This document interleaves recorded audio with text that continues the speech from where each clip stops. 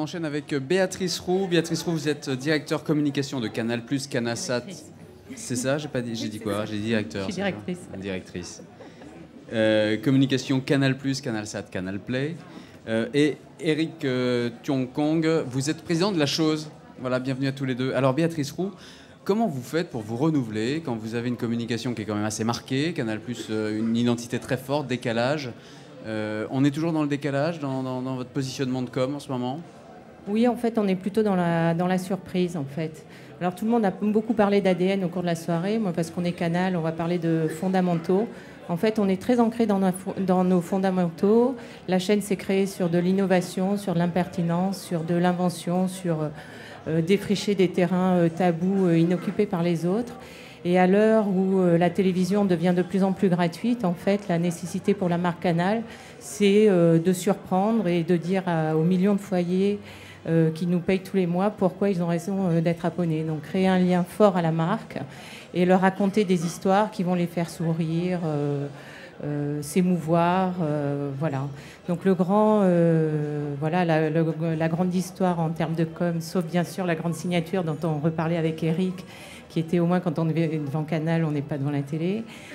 Après ça, en fait, on a été très sur de la communication programme et puis on a relancé avec la marche de l'empereur, donc il a été vraiment un gros chapitre de notre communication.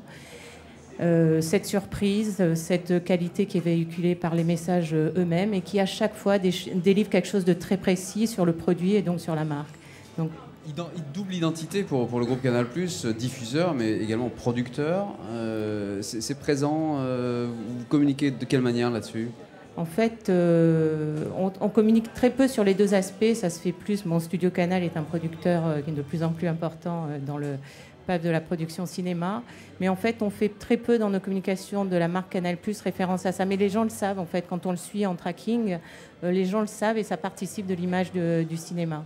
Mais en fait, nous, quand Canal+ parle à son abonné, en fait, il préfère lui donner du grand spectacle, de s'adresser à son intelligence. Je ne sais pas si vous avez vu la campagne cinéma de cet été sur Neuilly-sa-Mère. On donne le regard de Canal sur le cinéma qu'il diffuse. C'est-à-dire que, voilà, donc peu de liens au producteur, mais à chaque fois de la connivence avec l'abonné. Merci beaucoup, Béatrice Roux. Alors, vous avez prononcé deux mots, vous avez dit intelligence, connivence. C'est finalement le rôle d'une agence. Alors, comment, en tout cas, je l'espère, il a rougi. Non, est-ce que réellement une agence aujourd'hui peut réenchanter complètement une marque? Est-ce que la tâche n'est pas parfois impossible? Une agence, je ne sais pas. En tout cas, il n'y a jamais eu autant d'opportunités. Il y a vraiment un champ des possibles, depuis qu'on a démarré la chose, on le voit tous les jours, qui a complètement changé et qui permet de faire tout un tas de choses nouvelles, de systèmes nouveaux.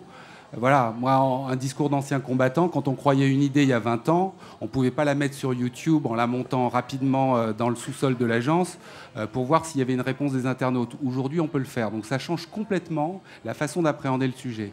Et j'ai aussi, en plus de la chose, fondé un label Naïve. Le disque, aujourd'hui, ça souffre beaucoup.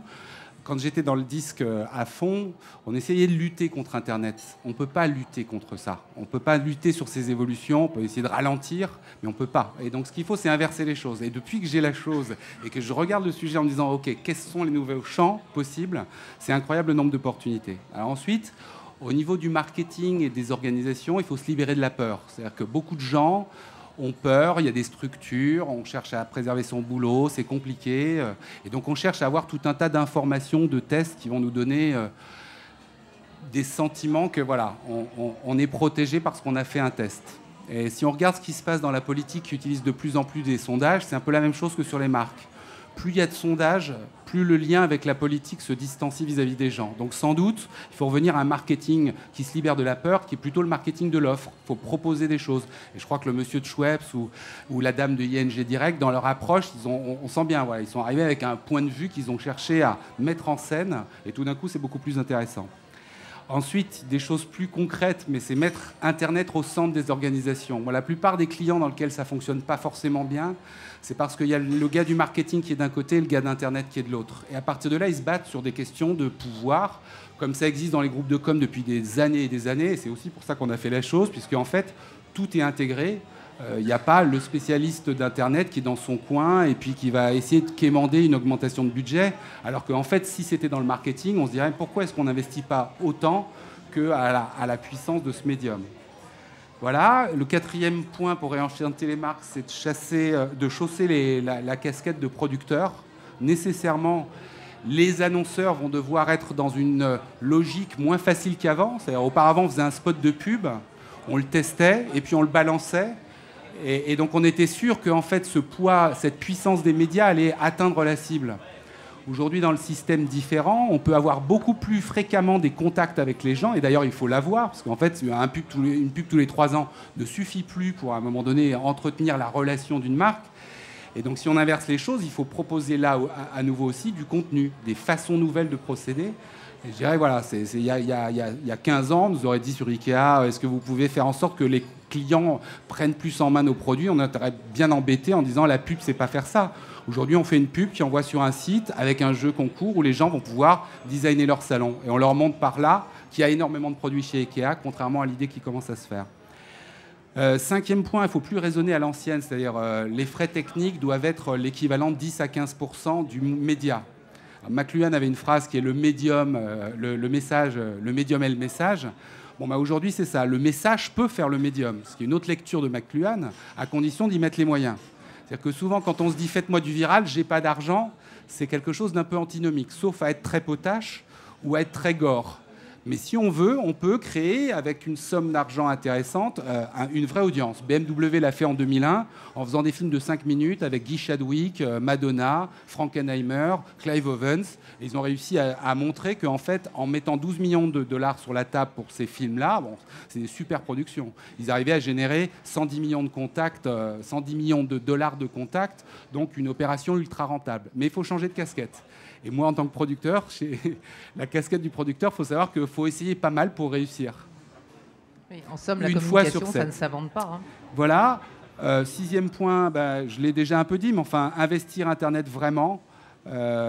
Souvent, quand on cherche à faire un site de marque, il y a une concurrence, puisque n'importe qui peut faire un blog pour 1 euro chez lui. Donc, quand on veut faire des sites de marque, il y a un prix qui est à peu près à 50 000 €. À ce niveau-là, on ne va pas réussir à créer un médium.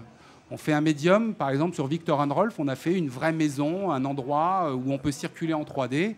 Et souvent, c'est assez curieux parce qu'en fait, c'est censé être des proues des marques mondiales qui s'expriment et les gens vont investir beaucoup moins dans le site Internet que dans le magasin Place Vendôme qu'ils auraient pu acheter ou qu'ils viennent d'acheter rue Saint-Honoré, rien que pour le décor extérieur. Donc là, voilà. Donc c'était mes 6 points. Et si vous n'en avez retenu aucun, il y a juste le dernier. C'est de venir à la chose, parce que comme on disait, donc comme il y avait une question de chanson sur les marques, donc nous quand on a lancé la chose, on a fait notre hymne à la chose, et les paroles sont les suivantes: quand vous irez à la chose, il y aura toujours quelque chose, si tu oses, si tu oses. Quand tu iras chez la chose, il y aura toujours quelque chose, et tu verras la chose. Bon, il n'y a plus rien à dire là maintenant. Et abonnez-vous à Canal, exactement. Merci à tous les deux. Donc, je rappelle que nous avions à cette table Béatrice Roux, directrice communication de Canal+, CanalSat et Canal Play. Éric Tonquon, président de... Vous avez retenu la leçon? La chose. Bonne soirée.